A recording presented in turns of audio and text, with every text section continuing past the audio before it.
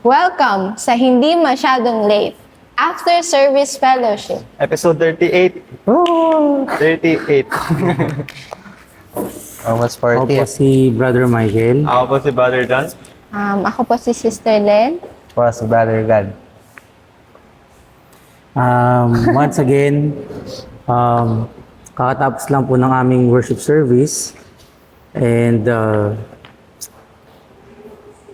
sana hindi ito maging short. Pero magkakaroon po kasi ng event after nito. So, I hope na makasama pa rin namin kayo. So, of course, nandito po kami ulit para po pag-usapan ang worship service, magkaroon po ng topic, ng discussion, as well as para maunawaan at maintindihan po namin kung ma-share namin kung ano po yung mga naintindihan namin sa worship service. So, bago po tayo mag-start, tayo po manalangin. Sige, Brother God, pa-lead ng opening prayer. Tayo po yung manalangin. Maraming nasa langit, Ama. Salamat, Ama, sa araw na ito.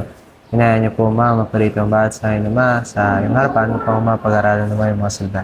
Hinayaan niyo po, Ma, sa aking pag-aaral naman yung salita. Pabayan niyo po yung mga ng Banal Espiritu Santo. Tulungan niyo po, Ma, na isaya sa aking mga puso. Ihandaan niyo po ang mga pandinig at ang mga kasama, Ma, for naman na makikinig, Ama, through sa video na to. Hayaan niyo po, Ma, ikaw mauna sa kanilang buhay at walang munawaan pa yung mga salita, Ma. Panginoon, salamat naman sa iyong dakilang pangalan. Hayaan niyo po, Ma, for naman na aming na maging karapat-dapat tunay yung mga friend at pag-ibinisin niyo po ang mga puso. Ipatawarin niyo po yung mga sa mga magkasala. At yung mga ikaw ang may kasama at yung mapakumbaba nga yung mga buhay, Ma. Salamat naman sa ano to. Nakita ka, Ma, sa pangalan po ng aking Panginoon Jesus. Amen. Amen.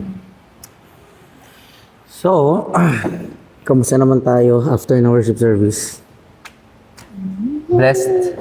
I can say I was a blessed one. Hashtag blessed. Be the The Blessed Blessed Sunday, One. guys.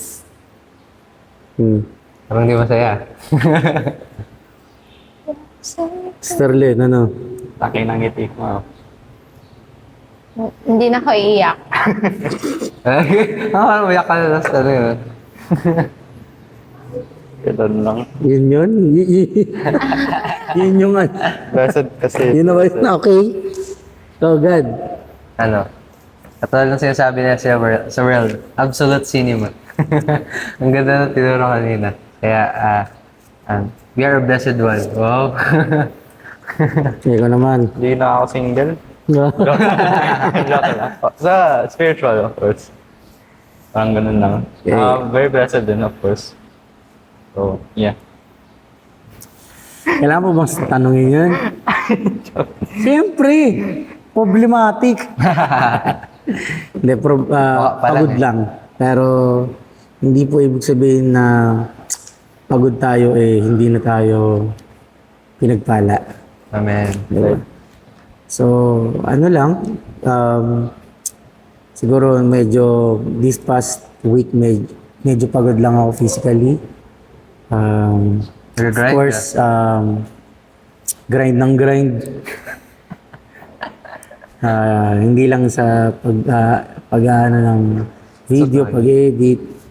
Syempre bilang father, medyo nakakapagod po, honestly. So, ako po kasi yung naka-assign para mag-live or mag-record ng mga worship service ng church, ng aming church. Ewan ko kung napansin nung mga kasama ko. Of course, sa inyo naman nakikinig, kung napanood nyo po yung Friday namin, hindi po siya live. Well, medyo late po kasi akong dumating nun. At sa late na yon, of course, kasama pa doon, magsiset up pa ako, aayusin ko pa yung mga gamit.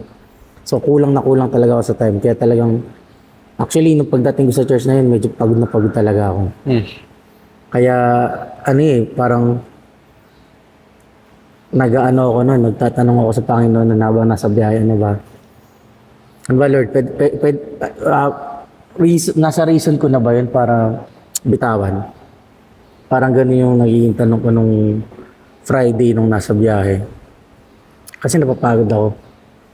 Nakakapagod siya.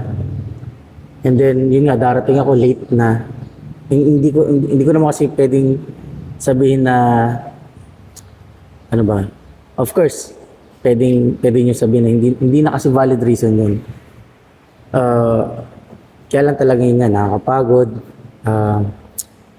Siyempre, yung traffic, dahil ano yun Friday, rush hour, uwian. Super traffic. Tapos, siyempre, nag-aalaga pa ako ng anak ko. So, medyo pagod ako physically, mentally. Kaya nung point niyo, parang sabi ko nga, nasa ano na talaga ako, nasa decision maker na ako na, parang pwede na, baka pwede na. Pwede ko nang bitawan yung pag, hindi lang yung Friday, as in yung pagre-record. Kasi na yung physical ko, napapagod ako. Kaya lang, yun nga dahil yung topic pa rin ng church natin, which is, by the way, masabi ko napaka-special nung February, ng month na to para sa akin. Ewan ko sa inyo. Kasi lahat ng tinuturo ng Panginoon sa atin sa church about sa pagiging husband and wife. Yes. Kaya naano rin ako nun, nahimasmasan din ako na, baka nangyayari sa akin sinabi ng special guest natin na wala ngayon na gusto nang mag-separate. Napaisip ako nun. So, ako rin pala, parang ganun. Kasi naano na ako, napapagod ako. Pero, yun nga, tulad ng sinabi ko, hindi siya reason. Pwedeng magpahinga. Pwedeng magpahinga, pwedeng mag-take a break. Pero, yun nga Mag-resign? once na nasa ministry ka na, nasa paglilingkod ka na kasama ni Lord, wala nang wala nang ayawan. Till death do us apart. Till death do us apart daw. So, yun lang. Even that. Kaya natutuwa ako kasi yung mga tatlo kasama ko dito, walang problema. Alam mo na. Easy. Sabi nga basic, ceiling green. So, kamusta naman ang worship service natin kanina? At i-share nyo naman sa akin yung pagiging blessed nyo. Yun, no? Yun na dyan, Diyan. Okay. Gano'n ka ng ganun. Actually, kanina, medyo gulong-gulo ako kasi Gulo ka din? O, sige, kasi ang vast kasi, di ba? Yung ang dami palang yung minsan binabasa sa Bible, hindi natin alam minsan kung anong pinaportray nito, di ba? Ngayon nare-reveal na siya, unti-unti, na makikita natin na tinutukoy pala doon sa Book of Genesis is in the relationship of the church and the Christ. Pero ang nasa story kasi is tungkol kala Adam and Eve, di ba? So, sa part na parang di ko na-visualize yung siguro parang yung sarili ko dito. Siguro dahil kailangan pa talaga magbasa. Narinig ko. So, ayun. So, tulungan niyo ako mamaya. Okay. Bakit? Medyo naging question mark sa akin yung tulungan mamaya. Hindi, parang ano lang. Basa? Hindi. Parang to help me understand more tungkol dito sa relationship, di ba? Of Adam. Ako yung nagtatanong sa'yo ng tapos tutulong mo pa. Wait, help me guys. So, ano ba yan? Prove ba yan na pares tayo hindi nakaintindi? Nakikinig ako, hindi ko lang talaga maano eh. So, yun. Baka pwede tayong tulungan ni Sister Lynn. Ay, So, Ayan na, siya na daw mag-umpisa. thank you. hindi, pero sigad talaga. So, ano ba? Ang naging dahilan din, bakit I consider myself as a blessed one. Because, tawag dito, as of now, or yung buhay natin ngayon, hindi na siya mostly longing for the things in this world. Kumbaga, Sana all na. sana all. Parang through God's word, parang na-help tayo neto na manangan or piliin yung mga bagay na tungkol sa Panginoon or tungkol sa kalooban ng Diyos. Parang yung word niya is yung nag-separate sa atin from the darkness of this world at sa darkness ng ating old self. Na kung saan it makes us a blessed one. Na kung saan, of course, katulad ng sinasabi niyo din na naririnig natin yung at nararanasan natin at nauunawaan natin yung pag-ibig ng Diyos simula pa ng una. So, si God naman ba? Ha? Bless nga, bless. Blessed.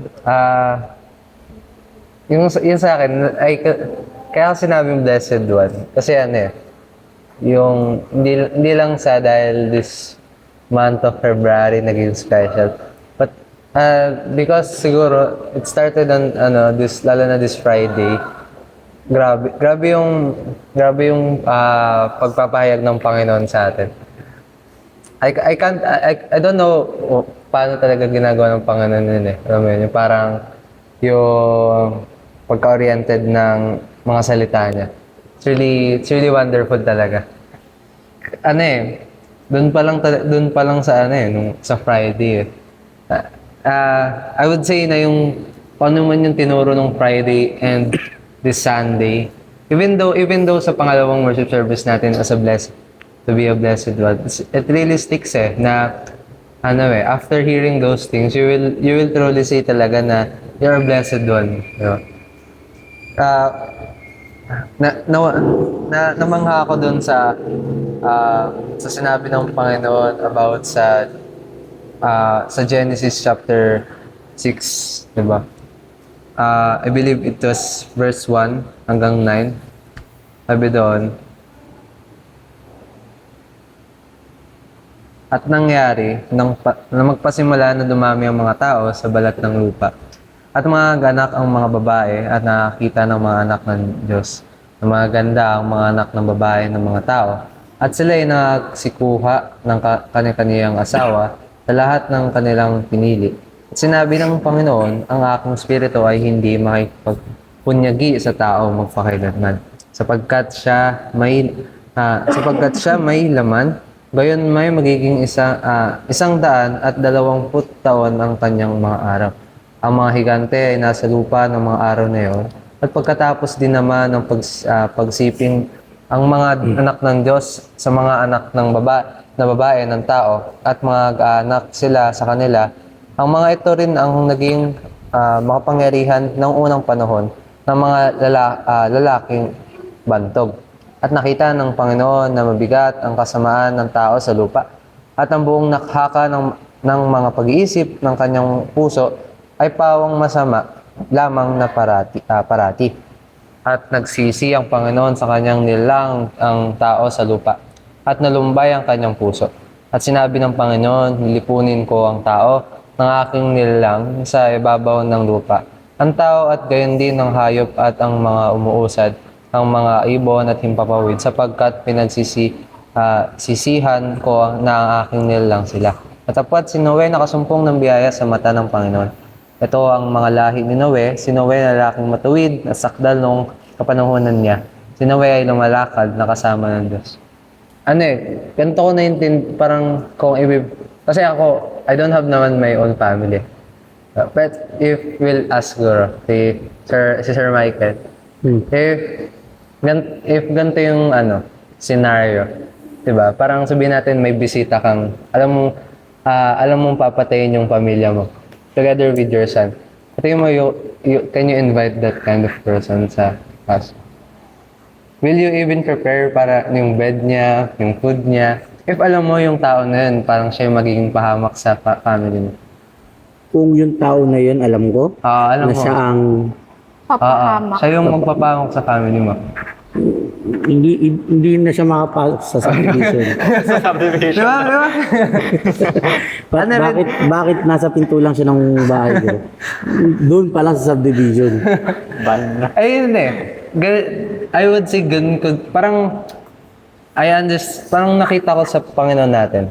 So ganito yun parang if you're the Lord, diba?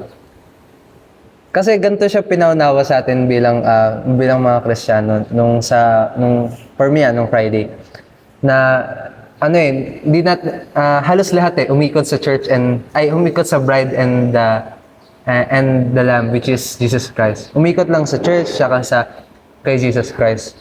Sobrang grabe, sobrang intricate ng ginawa ng Panginoon, 'di ba? Mula sa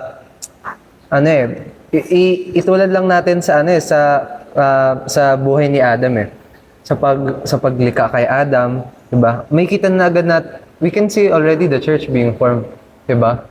Kung paano, 'di ba? Tinuro sa atin kanina si John, it's like paano ba? Tinuro si John kanina, 'di ba? Sa John chapter 19 verse 32 hanggang 42. Diba? The moment na in-stab si Jesus Christ dito sa pinilis siya sa tagiliran niya, the blood and the water came out.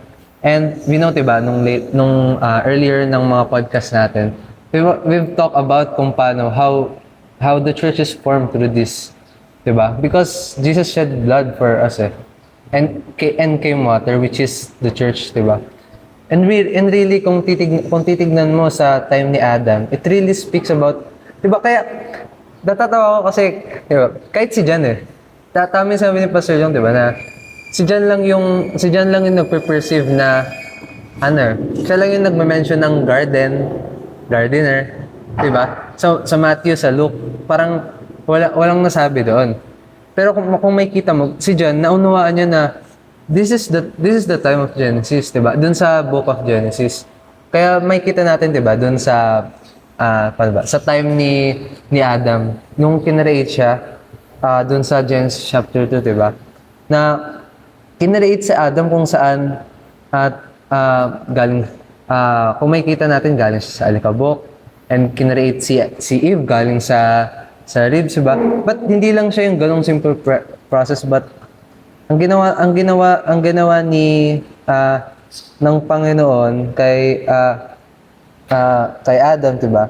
Pero kung makikita natin si Adam, diba? Doon sa 21, sa Genesis chapter 2 verse 21, sabi, at hinulugan ng Panginoon Diyos ng di kawasang himbing ang lalaki at siya'y natulog. At kinuha isa sa kanyang mga tadyang at pinaghilo ang laman sa dakong iyon. Sa 22, sabi doon, at sa tadyang kinuha ng Panginoon Diyos sa lalaki ay ginawa isang babae at ito'y dinala niya sa lalaki. Kung makikita nyo, diba, na grabe, si Adam, pinatulog muna siya ng Panginoon. It's like, diba, kaya makikita mo kung paano nagsashadow si Jesus Christ. Kasi Jesus Christ was, the church was born, or the church came out after Jesus Christ died, like Adam being put to sleep. Diba? It's like, sinasabi sa atin na kung ano yung nangyari, kung ano yung, si Eve, parang siya yung shadow ng church. And si Adam, yung shadow ni Jesus Christ. Ayaw po ba? Kung makikita nyo, kung kayo yung Diyos, diba? Grabe kasi ang Panginoon, niready lahat. Kung paano sa day 1, diba? Sinabi niya, let there be light. And it was later known na sa John, it was Jesus Christ. All things was prepared kung saan, diba, yung pinag-usapan natin nung podcast na tinawag na tayo ng pasimula pa lamang. But kung titignan nyo, ang hirap diba? Ayun katulad ng naging analogy natin dun sa buhay sa family na Sir Michael. Kung alam mo yung tao na yun yung magiging pahamak sa'yo, diba? Di na yung makakalapit. Kahit paano. Same thing, pero sa Panginoon, it doesn't apply, diba? Grabe yung goodness niya kung saan we were given a chance na to be one with Christ. Parang alam niyo yun, parang niready niya lahat. From our body, niready, ginawa niyang yung likeness ng man sa likeness ni God. Why? Kasi He wants Jesus to live inside of us, to be one with Jesus Christ. And kung titignan niyo, grabe, diba? And I was parang reading yung book ng Judges. Kasi kung titignan niyo sa book of Joshua, diba? Parang ang maganda kasi they were conquering the Canaan. At naging successful sila. But kung titignan nyo, natatawa lang ako doon pag karating talaga ng judge. Doon, the moment na nawala na si Joshua, doon na na-fall yung Israel sa ibang gods, 'di ba? Kung makikita niyo, 'di ba? Nagkaroon ng gantong cycle sa Israel. Kahit sa atin, 'di ba? Nagkakaroon tayo ng same cycle na kahit nandito tayo sa pag-uwi natin, 'di ba? There's a lot of temptation, there's a lot of evil things, yung luman nating pagkatao, lumilitaw, 'di ba? Yes, we deny, 'di ba? Pero 'di ba, kung ikaw yung husband ni Jesus Christ, 'di ba? How will you love that kind of wife, 'di ba? Grabe yung kaya nga I would say na grabe talaga yung pagpaplano ng Panginoon. Kung saan from the first book pa lang, gusto niya ipaunawa sa atin na gusto niya ipaunawa yung pagmamahal niya sa atin bilang isang husband. Na parang tama yung sabi ni Pastor Jong na it's hard to understand yung pagtuturo na yun kung hindi natin makikita si Jesus na as our husband, hindi natin i-acknowledge, kung hindi natin pinalalabanan yung sarili natin. Kasi it shows na parang we don't want to be one with Jesus Christ.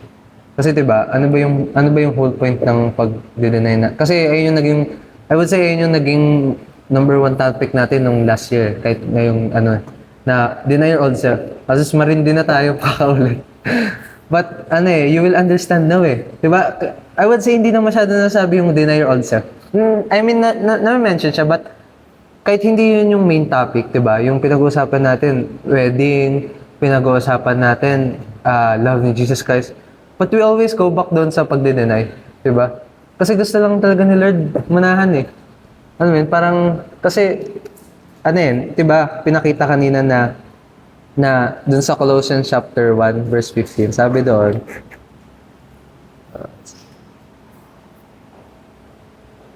doon, na siya ang larawan ng Diyos na hindi nakikita, ang panganay ng lahat ng nilalang. Makikita natin si Jesus Christ yung image ni God. I mean, look, kung wala si Jesus Christ, hindi natin talaga maunawaan ang Panginoon. Ano mo yun? Katulad ng nangyari sa mga disciples, the moment na namatay sa ang Panginoon at nanahan sa kanila yung Holy Spirit, doon pa lang nila naunawaan lahat Or parang doon pa lang nag-come sa kanila na this is Jesus Christ. 'Di ba? Kaya nga they write, 'di ba? They teach. And yung the moment na nagturo sila, 'di ba? Na nakita natin na kung mali 5,000 yung nabautismahan agad, 'di ba? Ang dami. So grabe yung 'di ba? Yung description pa sa mga disciples, walang pinag-aralan, mga nangingisda. But the moment they receive the Holy Spirit, grabe yung pagkilala nila sa Panginoon.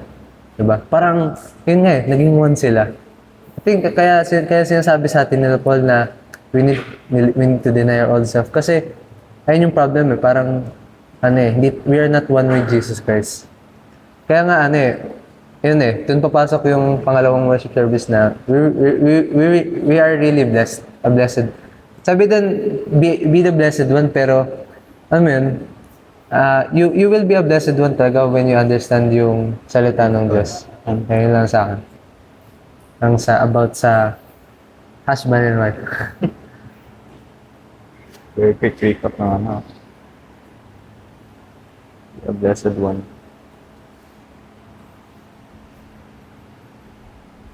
Genesis.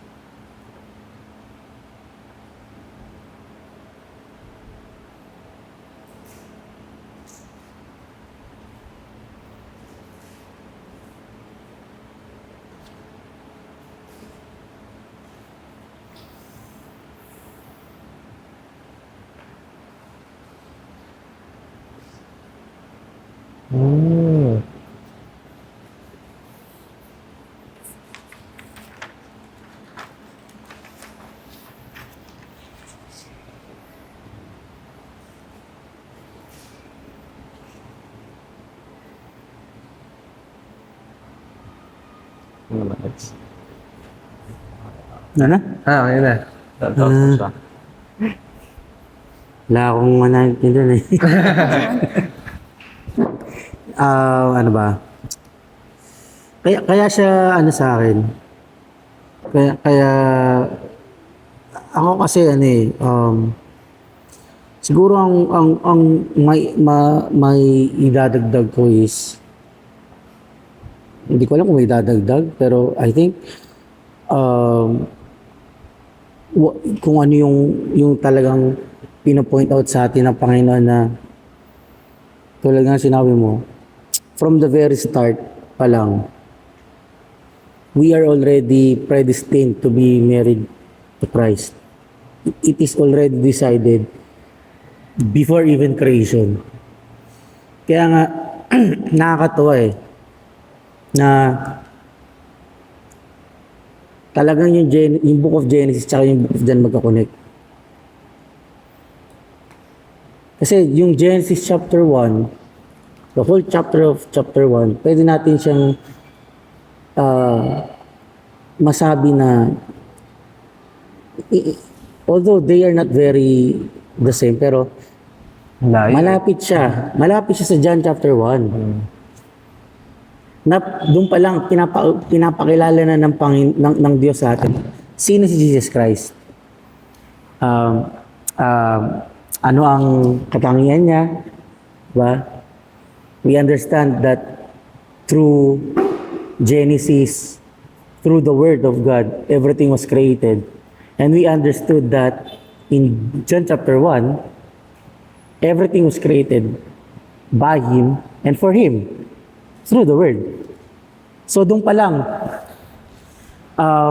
bilang isang mananampalataya po or bilang isang believer, ang pinupunto kagad ng Panginoon sa atin is we should really know who is Jesus Christ.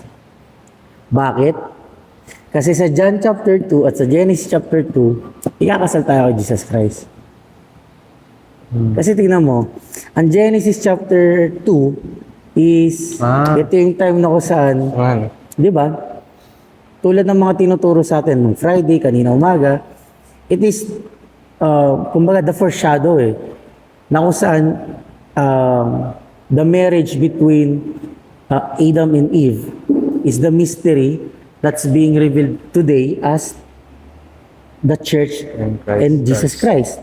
And kaya nga sa John chapter 2, Yung wedding ganaan. bakit sa unang miracle na related si Jesus Christ is marriage.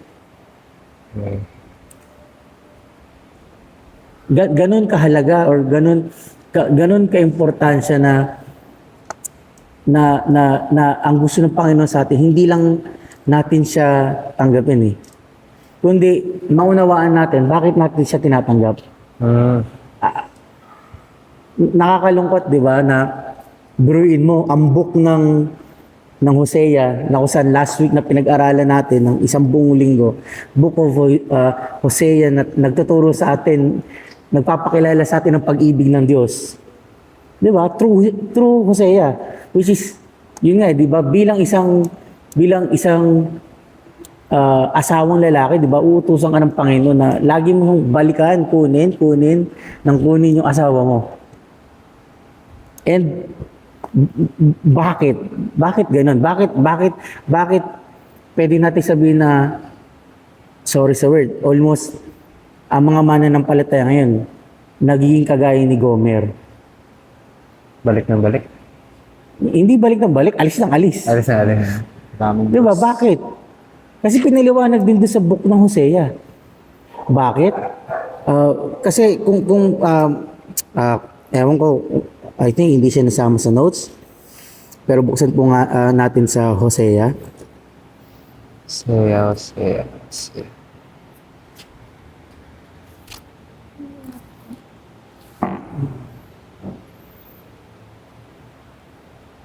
Sa chapter 3 ate.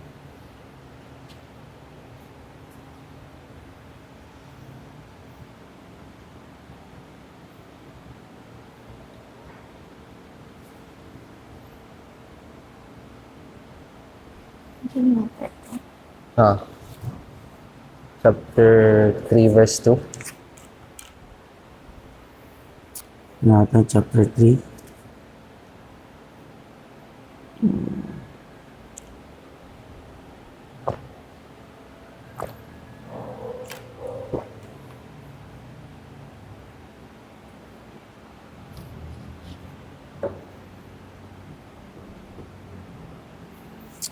Um,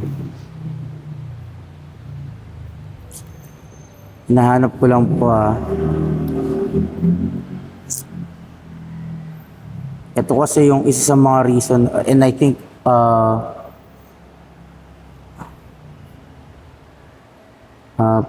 problem din ng actually hindi lang ng mga believers, almost lahat.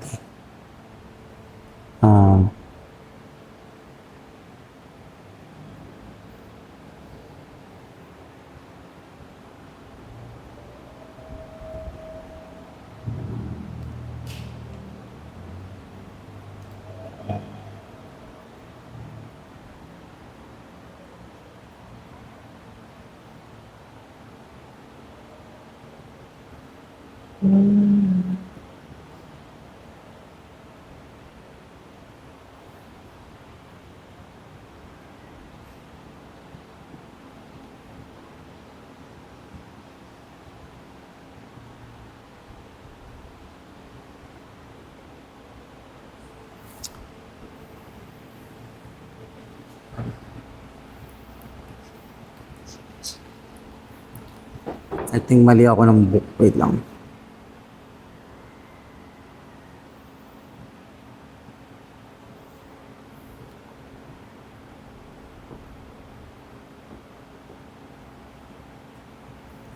Nasa ano ata siya?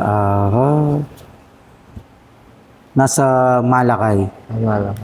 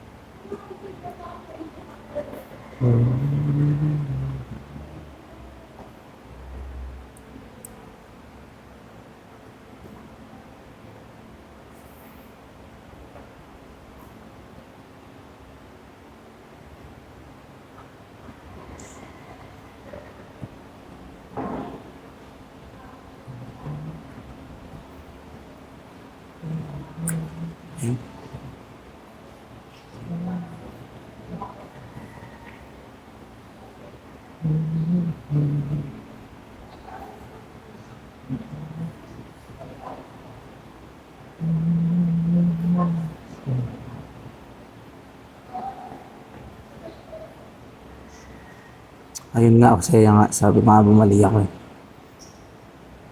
Mali ako ng hinahanap na ano. Hosea chapter 4. So, chapter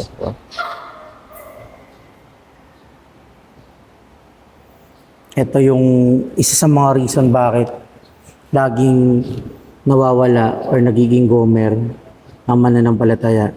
Sabi doon sa Tagalog, ang aking bayan ay nasira dahil sa kakulangan ng kaalaman, sapagkat ikaw ay nagtakwil ng kaalaman, akin namang itatakwil ka, upang ikaw ay huwag maging saserdote ko.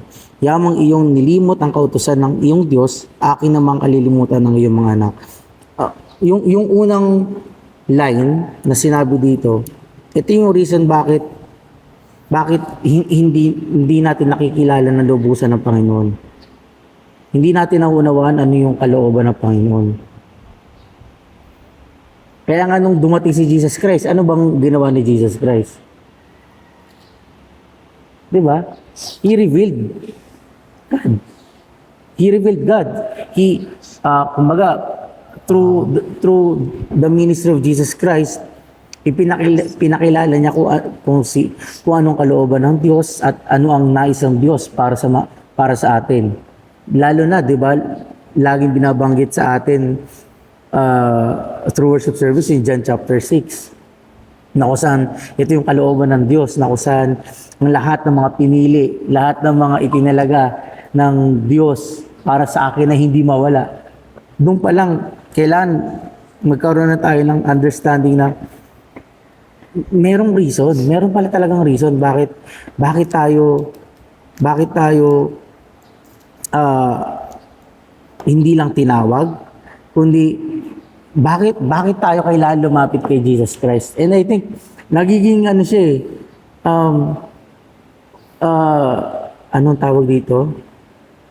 Yung teaching ngayon ng Panginoon, yung pagtuturo ngayon ng Panginoon sa ating church, sumasalamin siya ngayon sa present time. I'm sure aware naman kayo sa nangyayaring issue sa social media. Yung political nakikita ka eh. Diba? Ikaw, politics lang. Pero hindi niyo ba napansin na mainit ngayon sa social media ang Word of God? Eh? Yeah, sobrang init.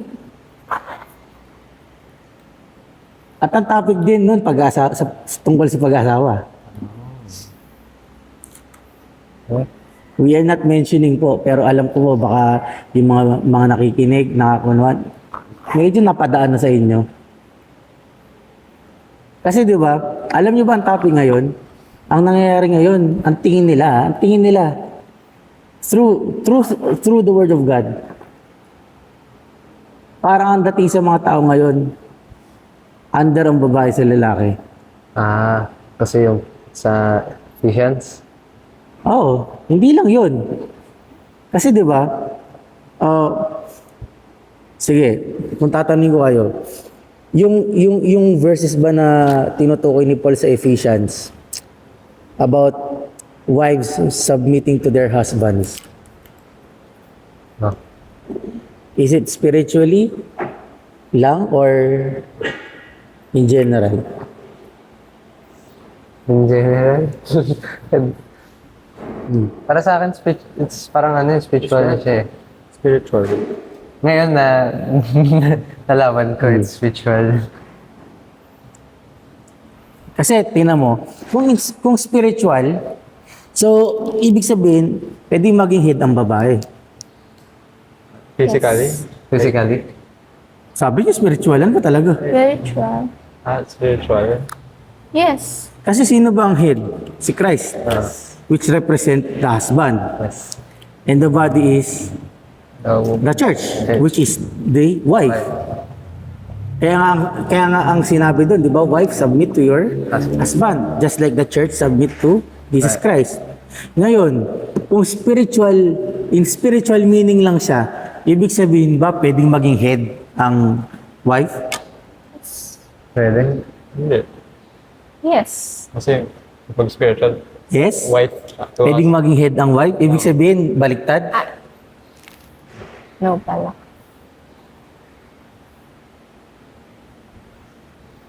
Kasi parang, kung spiritual, sir, Kasi game, oh yes, ang tinuturo sa atin, spiritually. spiritual. Pero tandaan nyo, letter pa rin yan. Letter ni Paul sa church. Sa isang literal na church. At ano pangalan ng church? Ephesians. In general, yeah. Kasi di ba kayo, so physically, men kayo. Pero spiritually, wives kayo. Kaya nga. So, yun nga eh. So, dahil ang topic ng Ephesians is spiritually, so pwede nga bang maging head talaga ang wife? Hindi. Hindi. Ng church. Ewan ko. Ang pinag-uusapan natin, husband and wife. Ang topic natin, husband and wife. Hindi. Sorry. Oh. Pero bakit ang daming mga babae ngayon na, Yun nga, nabangkit. ano? Top of the world. Oh. CEO? We're talking husband and wife. Oh. Ha? Hindi profession. Husband and wife. Pero nagmamanifest ba? Hindi. It's hardly. Opposites. Why? Kasi ganun Bakit? tayo. Ay, bakit Oh, bakit? naging head yung mga wife ba Oh, ngayon? bakit minsan? Mali pala. Bakit madalas? Yung mga, Ano ba? ano, Kasi sa totoo lang, ulitin ko yung nangyayari sa world natin ngayon, baliktad din. shadow din na nangyayari sa church eh. Tayo na, Sometimes, gusto ng church maging head. Free will. mga bida. Kaya nga lumalayo si Gomer eh. Nakakatawa yung sinabi niyo, di ba? Lately, hindi na may mention yung deny yourself, kill your old self. Pero tama, nasa topic pa rin siya na husband and wife. Why? Because a wife submitting to her husband also means denying yourself. So unless na lubos mong nauunawaan na ikaw ay asawa ni Kristo, you will not deny yourself. Kaya nga madalas Gomer tayo eh. Wala ka pa na. Hindi masabi natin na right now that we understand it. Ngayon ako na magtatanong. Talaga ba this week magiging blessed one ka? The blessed one? Because if you say that you are going to be a blessed one, hindi ka kontra kay Lord, ha? For the whole week. Kasi ang tanong sa atin ng pastor natin kanina, dapat check mo It's a whole week. this whole week na blessed one ka. Mga ano. Ibig sabihin yan, you totally submit to the Lord. Kasi walang blessed one na pinapangunahan si Lord. Oo nga, they understand. Kaya nga nagiging Gomer din kaya nga, of course, now that we understand, hindi na natin siya pwedeng i-reason na we lack understanding. Pero bakit sometimes nagiging Gomer tayo? Kasi yung old self natin buhay pa. And yun nga eh, every day, sabi nga sa atin kaya sinabi ni Jesus Christ every day you need to kill yourself. Yeah. You need to carry your cross. That's why Paul said to one of his letters, every day I kill myself. Not tomorrow, not the next day, but every day. And I think ito yung kailangan nating maunawa na, of course, now that we are indeed going to be, Ambassador. or soon to be bride of Jesus Christ, we should really prepare ourselves. Kaya nga yung topic na pagiging blessed natin, 'di ba? Nakakatuwa siya eh. Kasi yung tinuturo sa atin kanina, 'di ba? Yun nga eh. Kung ikaw ba ay wife, ngayon pwede natin ilagay sa kalalagayan natin as a blessed one. Being a wife of Christ. Are you happy? Happy? Di ba? Tinanong yun. You need to check. You need to see. Kasi sabi nga dun, di ba? Hindi ko nasulat lahat ng patterns, pero ang isa sa mga criteria ng isang blessed, sabi dun, you need to crave for the cravings of your soul. And what is the craving of your soul? Word of God. Word of God? O to please God? To please the Lord? Kasi lahat tayo, yes, we need the word. But do we please God? And we know, di ba, through the gospel, paano lang na-please si Lord? Paano lang na-please si God? Through Jesus Christ. Kaya nakakatawa, di ba? Nakakatawa na even Jesus Christ gave His life as an example on how to submit. That this is, kumbaga talagang tinuro ni Jesus Christ sa atin, this is the way to please God. You need to obey Him with all your heart. Kaya nga tinuro niya sa atin yung pagiging servant. That's why a characteristic, I can say that a characteristic of a blessed wife is a servant attitude. Kaya nga tinuro sa atin yun. Kung naalala niyo pa, from previous worship service, anong tawag ni Sarah kay Abraham? Babae. Master? Master. Ah. Because that is how Sarah treat Abraham. Not just a husband. Master. And kanina, ginamit sa atin, na main verse is Psalms 119 verse 1 up to 3, na merong isang word doon na tinanong sa atin, anong word yung nasa unahan? Aleph. Aleph, which means Master. master. And kung uunawain natin yung Psalms 119 verse 1 up to 3, tinutukoy doon ni David as a servant what he will do to please his master.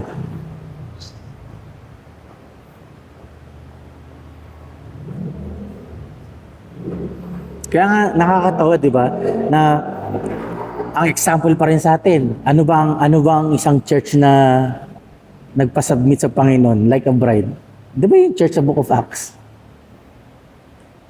How did they show their love towards the Lord Jesus Christ? Grabe yung faithfulness nila, 'di ba?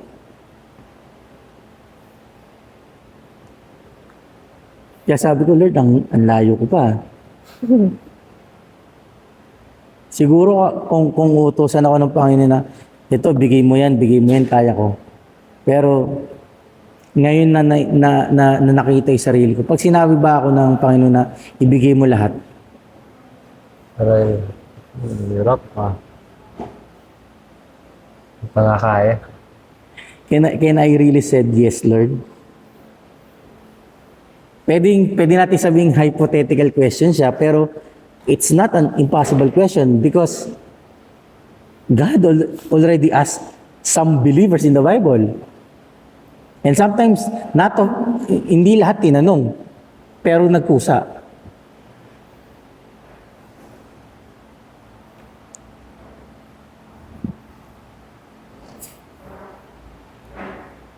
Kaya grabe yung ano, 'di ba? Grabe yung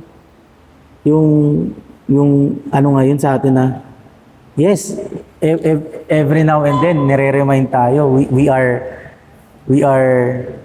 going to be the wife of Jesus Christ. He is going to be our husband. We should be excited. We should be blessed. Pero nauunawaan ba natin yung situation natin, di ba? Nauunawaan ba natin yung situation natin as a wife now? And I think yun yung kailangan nating yun nga not just check ourselves but also to help others. Nakakatuwa na ngayon darating yung event natin. Maya-maya lang po. Punta kayo guys. Punta kayo. Sana. Mamaya pa Hindi kami live sorry. Pero magkakaroon kami ng gawain na Youth Connect. Diba? 2K28. Parang ano yun parang basketball yun. Kaya nga yung laro. I Diba? forget. 2K ata 2,000 plus 20. Sa 2,000 na. Ito na daw yung nakakatawa nga eh. Kasali ako sa gawain na to, pero di ko alam anong purpose nun. Ito church lang, connect daw eh. Diba? Kasi binibase ko lang sa sa title ng gawain Youth Connect. So, pagdudugtungin. May dala kayong gulo. Diba? But I think kung gagamitin to ng Panginoon, kung ito'y gawain ng Panginoon, I can say hindi pa rin mawawala yung topic dito ng marriage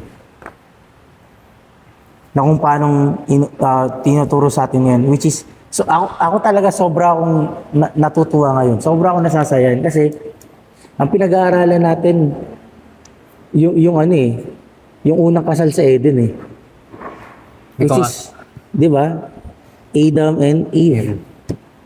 Na ngayon, naunawaan natin na through Jesus Christ, death on the cross, we understand it's the same as kung paanong si Eve ay nalika sa pamamagitan ni Adan. Ganon din ang church, ganon din ang wife sa pamamagitan ng kamatayan ni Jesus Christ. Ang galing. Pwedeng pala yun. Kasi 'di ba, yun ang tinuro sa atin eh. Kaya nalika si Adan kasi pinatulog siya. But bakit siya pinatulog? Bakit? Naintindihan ba natin? Kasi kung tatandaan natin, sa Bible, pag sinabing tulog, Patay. patay. Just like how Jesus Christ died. Lakas.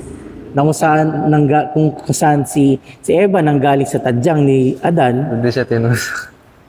ang church naisilang din sa pamamagitan ng pagtusok sa tagiliran ng Panginoon Hesus, which is tadyang pa rin. Di ba? Na kung saan si Jesus Christ ipinako sa bundok ng Golgotha, na kung saan sinasabi nila, doon daw,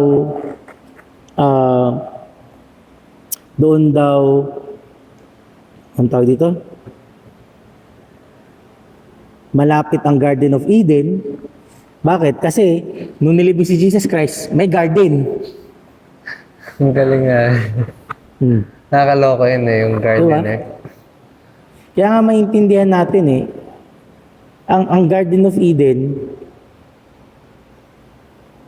talagang nire-represent ng Garden of Eden is heaven. And I think hindi lang siya basta heaven eh. Doon ako natuwa nung pinag-aaralan natin 'yon. Pinaunawa sa akin ni Lord na, nga no, yung Garden of Eden pala temple. Hindi ko rin.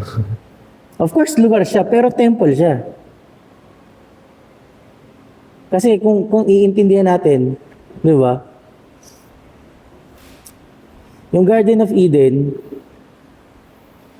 sabi kasi dun, 'di ba, yung Garden of Eden may 4 na river na dumadaloy.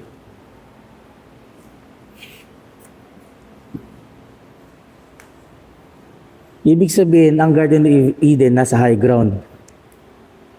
Kasi ang river hindi pwedeng dumaloy ng patag. Kailangan may isang source siya na nasa taas. So nasa high ground siya. Kaya nga sabi sa Ezekiel I think Ezekiel 28, ang Garden of Eden tawag pala Mountain of God. So nasa mountain siya. In the same way, Jesus Christ died on the mountain.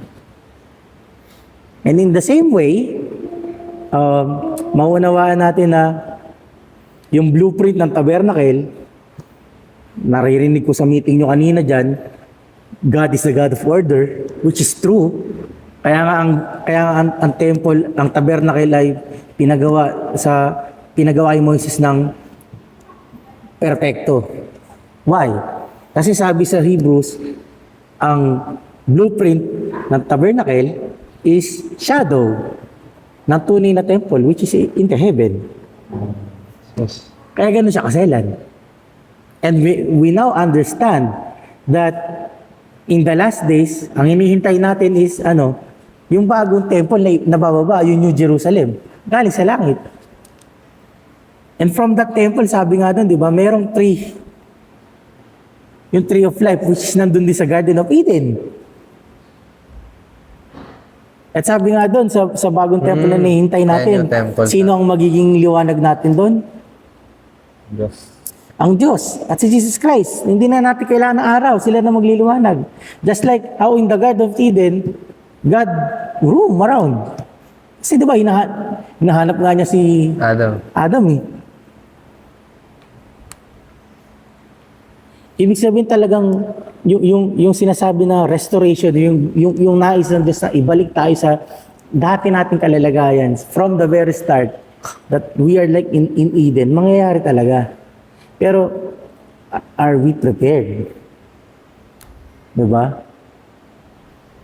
God wants us to be blessed, but are we prepared to be blessed?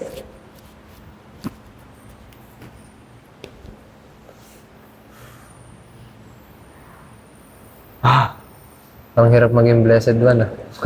Di ba? Kaya nga ngayon maintindihan natin eh. Hirap kang maging reds. Maintindihan natin ngayon, di ba?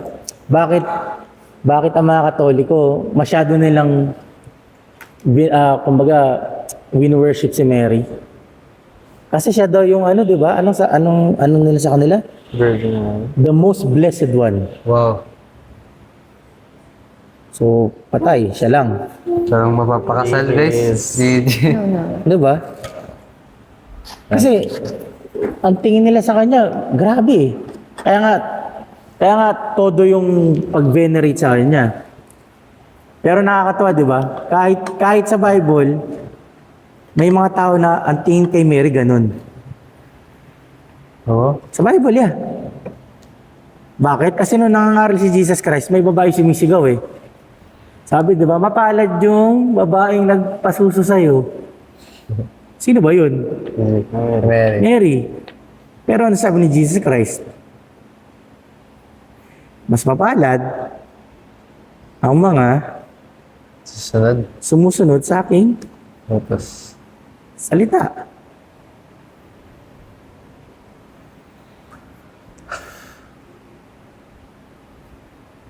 Ibig sabihin ba nun, mas angat tayo kay Mary? Kung sumusunod. I think hindi. Pero hindi siya mas angat sa atin. And I think we are just the same as Mary. lahat eh. Kasi kahit si Mary kailangan ng kaligtasan. And I think kung maintindihan natin, of course, kailangan din, like Mary, we also going to be married. Nakakatawa, kaya nga hindi mo wala sa isipan ko eh. Grabe no, grabe si God eh. Kasal muna bago literal na kasal. Kasal na bago yung literal na kasal. Talagang hinihintay ka, talagang ang inaano lang sa atin, maging faithful. Ready. Oo. Sabi ko, Lord, grabe ka. Hindi mo, Lord. Kasi biruin mo nakakatawa, di ba? Ito yung masabi kong, masabi kong excited ako eh. Kasi kung ikakasal tayo kay Jesus Christ, si Lord ang magpe-prepare ng wedding dress sa atin eh. Wala tayong gagastusin. Samantalang dito, pag ikaw ang kinakasal, magastos. Libo-libo. Pati yung place siya na bahala. Oo, siya sa place, sa mga damit. Diba? Grabe. Kaya nga, ngayon, bilang tayo ng mga believers na narinig yung salita na yun, di ba? Hindi lang siya para inform sa atin. I think marami pa rin sa mga kasama natin sa iglesia ang hindi pa nakakaunawa. Nakakalungkot na minsan, ako medyo nalungkot ako doon sa sinabi ng pastor natin na Walang interest pa. Ha? Walang interest. Oo, na parang no interest, di ba? Oo, nakakalungkot siya. Kaya nga ano eh, kailangan, ibig sabihin ba nun, kailangan na natin silang idaan sa pilitan? I think hindi pa rin eh. Oo, kasi kung sa pinag-aralan natin, sa tingin ko yung magiging peace of mind natin is kung si Lord yung tumatawag and si Lord yung nagpe-prepare, I think si Lord din mag-aano sa kanila. Sila pa rin. Kahit kasi pilitin mo, yun nga, katulad ni Gomer, kahit pilitin mo ng pilitin, kung yung pinabasa mo na, if they lack knowledge talaga. Tali sila eh. Kaya lang, alam mo yung naano ko, yun parang, Saan ba kayo? yun nga eh. I'm not here to judge, pero paano halimbawa, ayaw talaga niya pero kasama mo siya. Lagi mo siyang kasama, pero ayaw talaga niya. Hirap. Nakakaano Ihihinto ka na ba? Para sa yung, hindi sa hinto, pero sa akin, kung ganun yung, hindi kasi may ganun talaga eh. And you can feel it din sa iglesia. And yung sa mga ganung instances, sa akin nararanasan ko parang, ano eh, parang nakakahinayang, parang, sama ka. Parang alam mo, Yun nga eh. sayang. Nakakahinayang siya, pero sa palagay mo ba, yung approach mo sa kanya hindi magbabago? Bago. Kasi, paano ba? Paano ba i-put yun? Kasi parang ano eh, parang kung, Nahihiya ka, gano'n?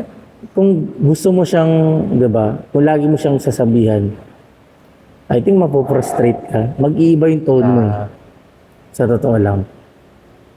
Kaya mahirap. Sama naman. Wala naman tayong ganong kalaki na patience. Kaya nga kailangan talaga nating i-deny yung old self natin eh. Yun yung ano. And right now, dapat maging gano'n din tayo. Nawa, I pray yung magiging event natin mamaya, hindi lang talaga siya, I'll say hindi lang siya para sa youth, like parang starter pack. But, yun nga, sana hindi tayo pa rin, kasi ang nangyayari kasi ngayon, parang ang tingin nila kasi pag puro tayo knowledge, puro tayo ano, magiging parang religyoso tayo. Which is, I think, mali pa din eh. Kaya nga binigay yung word of God eh, para makilala natin siya eh. Hindi siya ano eh. Hindi siya nagiging nerd kasi yung parang tingin na pag ano eh, about word of God na eh. Kaya nga minsan dumadating sa punto na naiisip ko, ano ba?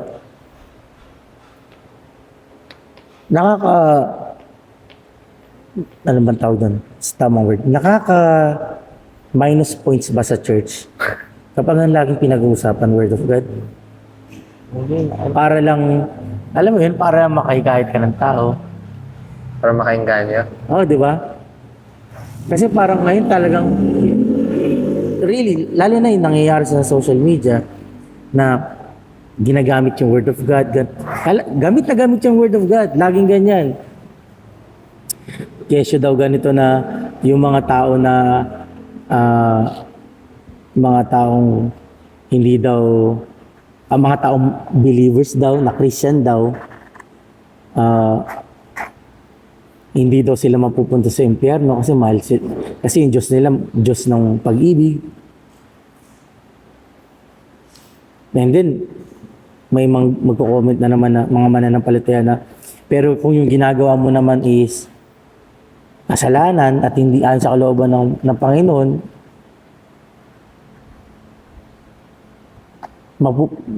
mapupunta ka ba, masabi pa rin ba na hindi ka mapapahamak?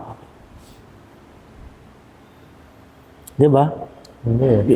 Ngayon, ang daming nangyayari ngayon na gano'n ang mga topic. Lalo na, kung naiintindihan nyo, kung may balita kayo, di ba? Nag-uumpisa na yung gera. Sa Middle East. Ayun. Kaya nga yung wife ko natatakot eh. Sabi niya, naku po, World War III na ata. Sabi ko, bakit? Kasi yung Dubai, nabomba. Eh yung laban sa ano lang, Israel, US, tsaka banda dun lang. Kaya sabi ko, nga no, Lord, no. Nangyayari na, mag-World War III na. Kaya ba minamadali mo kami para maintindihan yung wedding? Kaya ba wedding na? Kasi totoo eh. Mangyayari na eh. I mean, nangyayari na. Sana kung mabomba tayo nandito. Di ba? Guruin mo, Dubai na yun, ang layo-layo sa ano. Sa Israel, tinamaan pa. Oh. Di ba? Kaya nga, ano eh, Nakakompromise eh. ako, isa rin sa pinagpipray ko talaga yun na magkaroon din ako ng heart talaga na magpasubmit, magpasakop. Kasi right now nakikita ko yung sarili ko, nag-struggle ako. Nagre-resist ako kasi talagang ang hirap. You are not alone. Nahirapan ako sa totoo lang, mahirap. Mahirap talaga. Ano pag may odds of teka, nearly impossible. Buti nga si Jan at si Lenny, okay lang. Walang problema.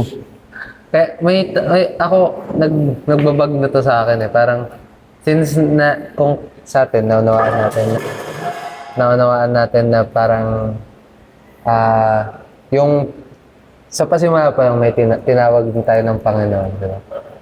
Kayo, paano, knowing that, paano nyo kayo i-share ng mga bago? Yan, sa mga youth. Yung alam? Paano nyo i-share yung word of God? Kasi sa akin eh, baka makita nilang, so pili, parang ganun eh. So, Sa totoo lang, pinag-aawayan yan sa sa Christian theology yung na parang ang dating pili na eh. pili na. So, ano yung So, paano, Ano diba? pa ang point ng free will? Ng ano, 'di ba? Yun eh. Anong point ng free will? Pinag-aawayan yan. Yung sinasabi nila, and I think, nung tinuturo ngayon sa church natin yan, marami rin ako naririnig na, naku, parang nagiging doktrina, nagiging ano na yung church natin na naniniwala sa ganyan na predetermined na. Pero nakasulat eh. We are predestined. And I think, yung mga nakasulat na yon sa aklat ng buhay, kung talagang ikaw ay mananampalataya, nakasulat yung pangalan mo.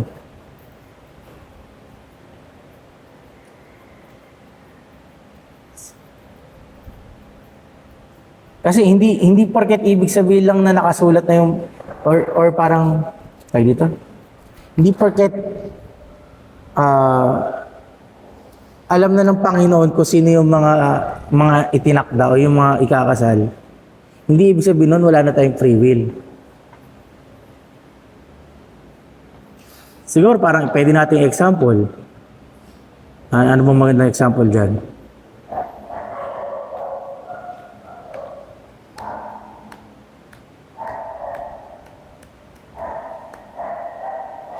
Pwede natin sabihin na ano bang maganda example? Mahirap kasi siyang ipaliwanag pero yun nga eh. Kung predetermined na siya, bakit pa tayo naglilingkod? Diba? Bakit pa tayo nagsiserve? Kung nakalista na yung pangalan ng saklat ng buhay, di huwag ka na mag-serve. Pero ibig sabihin ba nun, nagpapakita na ba yun na yung pangalan mo nandun na? Kaya I think parang siguro ano yun, no? Yung mga nakasulat sa Book of Life, hindi dahil parang trip lang. So I think parang siguro alam kasi ni Lord na sila yung magmamahal kay Jesus Christ. Kasi nga 'di ba? Kasi Isa sa mga sinulat ni David sa Psalms, 'di ba? Siya ang nagsulat na mula nung nilikha mo ko sa tiyan ng nanay ko, kilala mo na ako. kasi bawal naman, ano yun, sa heaven nagro-relata si Lord. Sin the will is. Okay, si John ang napili, number 26. Because I think, ano nga yun talaga, parang, so it siguro, ano talaga yun, no? Kung mag-share man tayo, evangelist. We know na pili na, but I think, ayun yung problema, hindi kasi natin kilala. Siguro, ang magandang ano diyan is Term. kung mag-share ka sa evangelism, mag-focus ka lang sa gospel. Si kay Jesus Kasi Christ. kasi kung idadaan mo nga sa yan kasi yung sinasabi ng Panginoon na kumbaga solid food. Kung yun nga, kung ang mga bata papakainin mo agad na solid food, Choke. mamamatay. Or choke. Sabihin mo agad sa evangelism, pili na kayo! Diba? Kaya tuloy ang dating ngayon sa mga makikinig, parang sakit naman. Ano? Ayun din kasi problema, minsan solid food agad pinapakain natin. Wala pang ngipin. Wala pang... Kaya pala siguro, kaya sinabi ni, diba, na yung kinakain ng isang bata, or yung sinasabi nga natin with, parang yung about sa resurrection, about sa ginawa ni Jesus Christ. Kasi pag binuhos agad sa kanila, parang, yun nga, mamamatay. Wala agad. Right, bro. Siguro pwede pa natin maging question dyan is, nalalaman ba natin na kung yung kausap natin pwede na solid? Ah, Kasi I think even in the church, hindi lahat nasa church. solid. Hindi. Kaya na solid. Tingin mo ano yan? Ano yun? Pumipili ba yan ng age sa tingin mo? Kaya nga doon papasok yung ano eh. Hindi na. I think kaya doon pumapasok na we really need to study. We need to learn. Kaya nga sa church natin may order eh. Pag children ka muna. Kaya lang, yun nga, nakakalungkot nga. Sabi nga rin ng pastor natin yan eh. Kahit dito sa taas na, may children pa din eh. Tayo nga, children pa daw eh. Kaya eh. Di ba? Ano gagawin natin nun? Magpa-level up na guys. Sa palagay nyo, anong gagawin natin nun? Pero sa akin, kailangan mo humingi ng tulong. Hmm. Or yun eh, tulungan. Huwag na natin ilayo. Sa mga youth pa lang, lahat ba pwede na solid food? Oh. Anong gagawin natin? Oh. Yan, tulungan sila. Kasi, ito pa mahirap. Paano mo malalaman kung yung isang kabataan pwede na solid? Ano ba yun? Nag-manifest ba? Alam mo, Oh, sige nga. Oh, i-topic natin. Oh, paano? Kung ikaw ang youth leader, paano gagawin mo? Paano mo malaman? Oh, Ah, kasi ganun ng, I think ang problema natin sa youth, general. hindi ka lahat pwede sa solid. Sorry. Yung iba kasi pretender. Pinipilit talaga na. Oo. Yun, para sa akin, ano eh. Ay, paano ba malaman? Kaulen, paano? Paano malaman nun? Hindi ko rin alam. di ba kung manifest lang din yun? Para makita mo paano siya namumuhay. So, mamatyagan mo. Kaya, Ay, parang weird na. Paano kung ano? Kahit simple questions lang na, sino si Jesus Christ? Pati mo malaman na kaya yun. Sa palagay mo ba, pag may tinanong ang isang tao, sino si Jesus Christ, walang makakasagot? Hindi, siyempre may masasagot sila eh. Oh. Ayun din eh. Yun kasi yun eh. How about sa tinuro nung ano? Ganon. Pwede. Kasi, diba, kung solid yun, then pretender sila, it's hard to answer talaga, really. You can answer, but alam mo yun, parang iba pa rin talaga yung pag naunawaan. Siguro ganun para sa akin. Parang survey ba? Parang, kamusta yung, parang ganda lang din, parang kamusta yung ano, kanina. Pero sa Kaya nga kung ako tatanungin, dapat may written exam eh. Bago may certificate. Hindi, yung written exam mo, hindi hindi related sa pinag-aralan. General knowledge sa Bible. Kasi kailangan natin, kaya nga tayo nag-aaral ng Bible eh. Right. Ang ganda nun eh. Sa labas na ng score mo, you are children. Kasi yun, di ba? 75. Kaya minsan kaya sa totoo lang minsan, ewan ko admission, entrance exam. pansin nyo ba, pag nagpapagames tayo ng related sa Bible, walang pumipila, walang sumasali. Kapag halatahan tuloy na, Right. parang curse yung book. Forbidden eh, no? Parang, Kahit ako pag nagpapagames ako, ang hirap pag Bible na related ang games. parang walang makakalang sasagot eh, no? Sorry. Hindi pa ako nagda-judge, pero minsan nakakalungkot po talaga na makikita mo ang mananapal ka nagkakamot ng ulo. Meron palang ganun. Pag nagtuturo eh, no? Ano pala yun eh? Hindi ko makakalimutan to. Nung family camp, nung nagpalaro, yung magkatalikod. Ah, Tapos ang tinanong, magbigay ng isang sa mga alagad ng Panginoon. May nagkamot. Sabi ko, ala, At na choices mo dun. Ay, may mga pare-parehas pa yung pangalan yun ah. 12 na yung choices mo dun. sabi ko, ala, ano ba yan? Imposible doon sa 12, wala kang kilala. Kahit mag-spam ka na lang doon ng names eh. Papapansin Spam mo lang. Kaya nakakaano siya eh, parang Ay, nakakalungkot siya sa totoo lang. Na parang ganon. 'Di ba? And I think yun nga eh. Right now, lalo na ngayon, na kailangan natin na magkaroon kumbaga isik talaga, 'di ba? Isik talaga na makilala si Lord, masumpuan natin siya, maunawaan natin siya. Eh paano lang ba natin siya maunawaan? Through the Bible lang. Naalala ko tuloy sino ba yung nagtanong sa atin noon na ano daw, kinakausap yung ano, ewan ko sino nag-share sa inyo na para daw makausap niya si Lord, nakikinig siya ng ano ng dagat. Ay, si Helen. Classic po. Di ba? teacher ng Natatawa ako doon eh.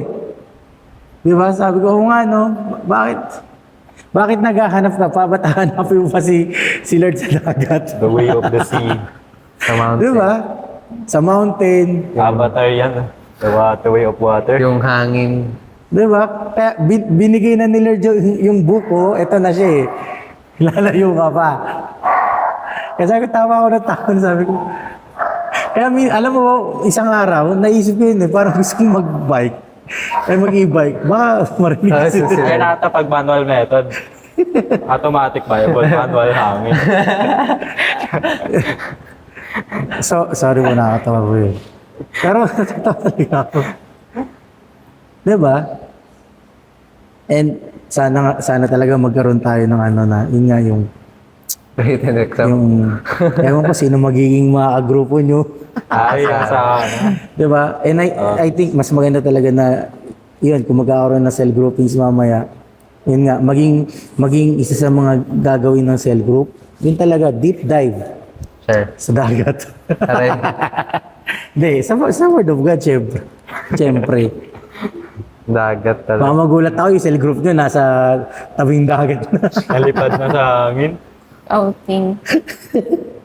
Namumundok na. Manalangin po tayo. Bago tayo kasapin ni Lord. Di ba? Sige po. Bago pa po kami mapunta sa tawanan. Sige po, Brother God, i-end mo na yung prayer natin. Isama mo na rin prayer para sa gawain mamaya. Kabataan. Tayo po yung Ama namin na salamat naman sa akin na ito. Hinayaan niyo po mga Fergus naman na yung pagbalay-balayan ng mga salita. Panginoon, salamat naman sa iyong dakilang pag-ibig mo. Salamat Panginoon ng mga Fergus naman na sa iyong pagtawag naman sa iyong mga buhay naman. Panginoon, hindi kami karapat-dapat naman sa iyong harapan. Ngunit naman patuloy ang pag-ibig niyo pong dakila naman sa bawat sayo naman. Panginoon, hayaan niyo po shape us Lord Fergus naman. Help us Lord to deny our old self every day. Help us Lord Fergus naman to know you Lord every day mga Fergus naman through your words. Hayaan niyo po mga Fergus naman na mag-abide kami mga Fergus naman sa iyong mga salita mo.